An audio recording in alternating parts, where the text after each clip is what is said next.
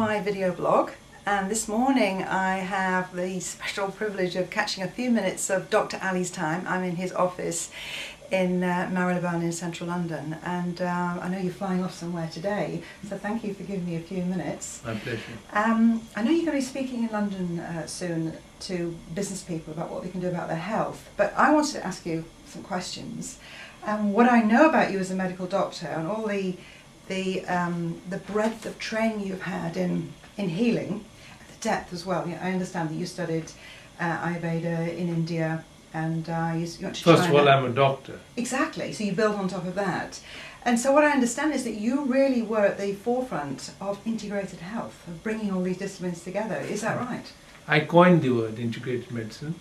I did my post-graduation in acupuncture, and then during that in Moscow. And during that time, I also did courses in iridology and medical fasting, clinical fasting, and other things. So basically, you see, the whole movement started in the 60s as alternative medicine. Yes, that's right. Then in the 70s, it became complementary, especially when they found that acupuncture was bringing a lot of benefit to patients. So it became complementary.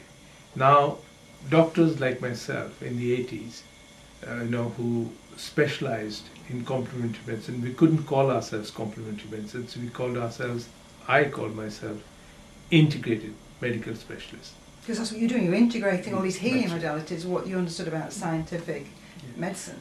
And being a pioneer, so I worked out a certain scheme.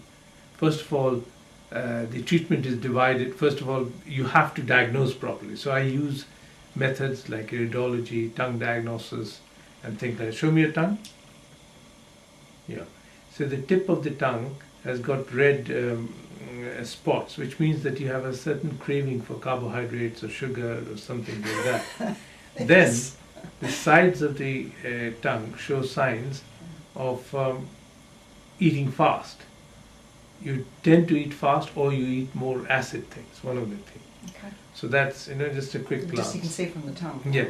So similarly, you can do this. I'm not saying you have to rely on that. Being a doctor, there are other ways of, but it always helps. It's very quick as well. Very quick. Instant. And this is nothing new. 40 years ago, if you went to a doctor, the first thing the doctor would have done is to look into your tongue, then the eyes, and then start talking. Perhaps the pulse. The old-fashioned way. Yes, and so why not now? But these are things that are not taught in medical schools. No. So, and that's the reason I want to teach, educate, so that more and more people get involved. Do you think integrated medicine is here? You talked about the 1980s, and we're 25 years, 20 odd years since then. I mean, recently I really focus on complementary, alternative things.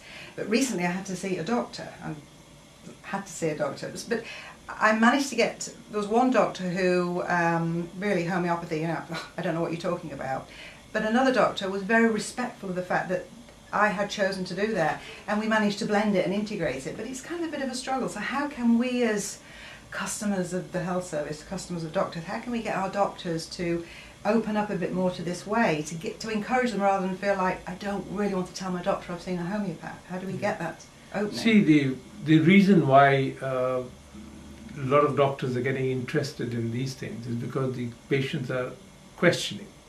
Because in the past, the doctor says something to you and that's law. But now people, because they've read, so they start asking about, isn't there another way? So they have to keep their patients, So in order to sort of understand what their patients are, what are the treatments the patients are having, they are taking interest in these forms. So they are attending courses, and also the recognition of osteopathy help doctors to understand that you don't always need traction and injections and painkillers for backache. There are other ways. Similarly, acupuncture for pain. Homeopathy, they're very skeptical about, because they can't see how small drops of things or pilules can cure things. But that's their problem. And that's a very big medicine in India, isn't it? I've travelled in India, I've seen it a lot in the newspapers. It seems to be accepted as a normal way of doing medicine alongside traditional doctors. I myself, I'm fascinated by homeopathy, and I do use it because it really tests your knowledge. because you have a bunch of keys and there's only one lock to open. And only an expert doctor will know exactly what key is going to open. And that's the secret of homeopathy. Now you may say, oh, there's no medicine in it, this, that. But there are so many different things that we don't know about, because we have fixed, fixed our minds on physics, chemistry, and mathematics as the fundamental sciences. We don't know what other sciences there are, and that is why, because we are using our parameters to analyze something that probably needs other methods of investigation, we are unable to find the solutions. It sounds so much more exciting what you do, rather than just looking at a book and finding out, I call it just which pill am I going to prescribe. So much more exciting to have so many of these modalities at your fingertips. What are the one or two things you think that people could do in their lives that could help them? Because for me, health is a priority. Yes. I showed you that I have the Healthy Home book. I'm very concerned about how I have my environment to support me, have my routines. But then I kind of go off the wagon and I do things that aren't so good for me, but I know they're not good for me, and I kind of get back again. But even so, I can find imbalances. So what are the one or two things that people could do which don't intrude too much on their life, or don't mean they have to give up so much? People don't like giving things up. That would help them get a bit more energy or keep well. Try and fast once a month. Just have soup all day long, or water or herbal teas. That's important. What, for Take a day? One day. Take an afternoon nap wherever possible. Afternoon siesta. Break your day into two. Okay. Don't continue. Have occasional neck and shoulder massages. You can do it yourself while in the bathtub or while having a shower with shower gel.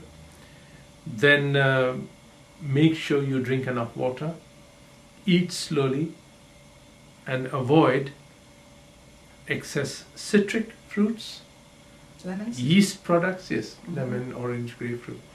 Yeast products and fatty foods. These three things. Sounds like a big dietary change for some people, but well, if you have to pay if you can't get something for nothing. You know, put in something, and I'm sure fasting one day a month, it's possible. But we have to invest in our health, don't we? That's what you're saying. We've got to make an effort rather than wait till we're ill and then ring up and get a doctor's appointment. That's the old way of doing it. Doesn't work now. No. Thank you so much for your time. I My really pleasure. enjoyed talking to My you. pleasure. Look forward to hearing more. And I hope you enjoyed that too. I'm off to go and have I think I'll have a massage and then I'll have a nap. Thank you very much.